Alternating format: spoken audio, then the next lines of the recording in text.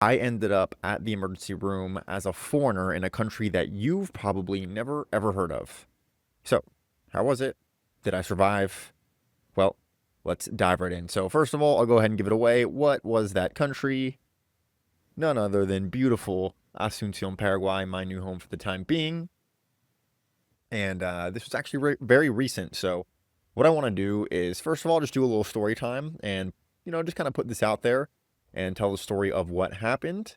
And second of all, be able to take some lessons away from it in terms of, what my expectations were going into the whole ordeal when it came to going to the hospital, how it actually ended up being in reality, and how that compares to your home country, especially if you are American like myself. And you bet I'm going to talk about how much they rung me up for. So, what happened? I was walking down the sidewalk with a buddy of mine, and there was a little piece of iron, like a little iron rod sticking out from a cinder block that was just kind of down there on the sidewalk. Boom. My feet go right into that little iron rod. I mess up my brand new running shoes that I had just bought.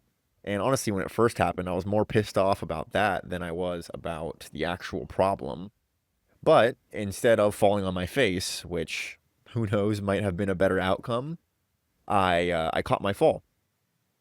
And I caught it on a piece of sheet metal that was being used to build a perimeter around the construction site, around the property of a construction site.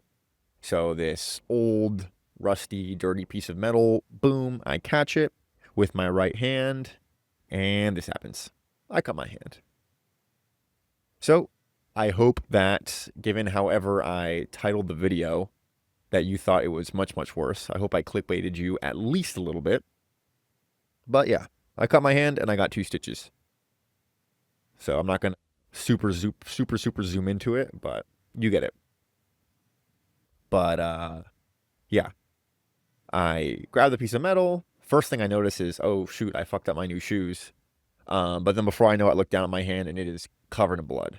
So I know now that it's all stitched up, it doesn't look that bad, but it was a pretty wide gash. So me and my buddy go straight to the pharmacy from there. Thankfully, he has some first aid experience, so he was able to help me just get the wound all cleaned up and wrapped in gauze. So that way, the bleeding has at least somewhat stopped. And yeah, I go straight to the emergency room that a local buddy of mine recommended to me. And let's get into it. How was my experience at the emergency room in this country that you've never heard of? Honestly, freaking amazing. Freaking amazing, man. And it was such a pleasant surprise. So I get there, I wait for probably about 5 minutes. And during that time, my other friend, the local who recommended me the hospital, who was extremely helpful, he comes right in and he's there. He's helping me out. So that's another thing, just kind of speaks to how amazing and helpful Paraguayan people are. I told him, hey, recommend me a hospital. I need to know where to go. And before you know it, he was there with me. Um, so yeah, I wait for maybe 5 minutes at the front just to like give him my passport number and stuff and get checked in. And then I sit on the little chair in the lobby for like another minute or two, and then they call my name. Boom, they take my blood pressure and my heart rate. And then I wait for like another 2 minutes, and boom, I'm in the surgery room. I say surgery room in air quotes because it wasn't that crazy of a room. It was really just like a doctor's office with a general emergency care surgeon who was there. Very nice lady. She was pretty good looking too. And she said, hey, what happened? I explained it, and she just went right to work. Right to work. Poured some even stronger cleansing solution on the wound, and that shit stung. But I guess it did what it was supposed to do. And she injected some anesthetic into my hand and just sewed it up. Total took probably 10 or 15 minutes that I spent in that room. And then she cleaned everything up, put a Band-Aid on it, and then sent me to another room to get a tetanus shot, a tetanus vaccine, because of the dirtiness of the metal. Apparently, I was at risk for getting some sort of disease and some internal disease or infection. So they gave me that. That was like another 5 minutes. And yeah, before you know it, the whole thing took about a half hour. And then, yeah, they sewed me up. Yeah, that was about 3 days ago, by the way. So it looked a little bit worse when it happened, but yeah, you guys get it. And then the moment of truth, the moment of truth. How much was I going to have to pay to get stitches done in a foreign country? Going up there, the guy's putting the stuff into the computer, and I'm thinking, oh my God, my American brain is freaking out. Oh no. I'm about to have to pay at least a few $100 on my credit card right here because I don't have insurance. I don't have insurance in this country. And I'm thinking, well, things happen. I'm just gonna have to take the blow and make the money back. And what do you know? It was about 560,000 Paraguayan guaranis, $75. I look at that. I'm like, let's go. Let's go, man. And this was at a private hospital. Everything was smooth. Everything was efficient. Top rated hospital. Out of pocket costs, $75. With that in mind, I want you to think where you live, especially if it's America, how much would they have charged you to get two stitches? How much would they have charged you?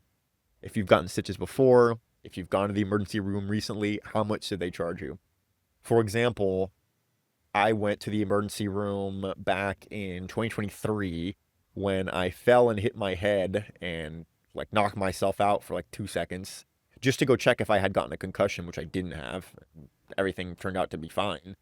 They did like a CAT scan, or not a CAT scan, some CT scan, some sort of scan of my brain, and took some blood. And before you know it, I mean, I think it was about 5 grand in total that they had billed our insurance provider.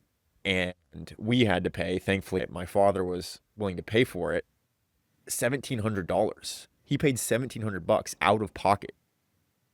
Even though we had health insurance, just for me to go to the ER. This took like an hour, hour and a half, get a couple tests done, and then walk out with absolutely nothing because they told me I was fine. So that's just a little point of reference there, a little comparison. And yeah, man, this experience was bad because I have this gash in my hand, which makes it really awkward to shake people's hands because sometimes I have a bandage in it and they're like, oh shit, I'm sorry, you have a bandage in your hand. And then now that I'm taking off the bandage, I have these little wires in my hand. So now it's probably going to be even more weird if they touch my hand and they feel those little wires. But whatever. I've got about 5 or 6 more days and I can get them taken out. Uh, so yeah, it sucks. But I mean, I'm so glad that I have the perspective of going to the hospital and having a great experience and only paying $75.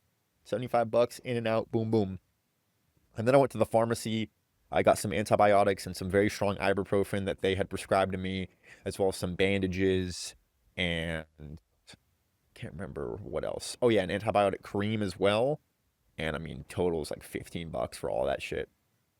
So that was it. That was my experience. Want you guys to keep that in mind for the travels that you have planned, or even better, hopefully the relocation that you have planned to a far away place that is much better than your home country. And yeah, if you're young and healthy like I am, you'll be totally fine. And if something crazy happens, won't cost you that much as long as you survive. So that was my story. Let me know your comments down below, and I will see you again soon.